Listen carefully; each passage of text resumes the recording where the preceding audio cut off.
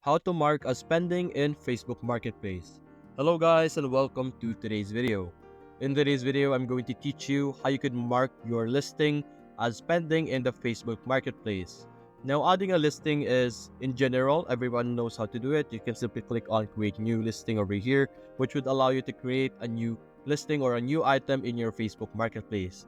Now, to be able to find your listing, you're going to have to click on selling over here on the left side. And then you're going to see all of your listing over here. As you can see, this is one of my listing, a sample listing over here.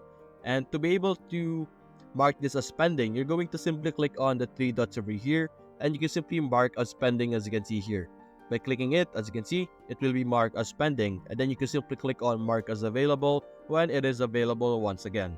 Now, once again, you can simply click on the three dots, mark as pending, and you could simply put it back whenever you want. And that's it, guys. You could do this to any of your listing. It doesn't matter how much you do this to. It's always going to be the same option and same method.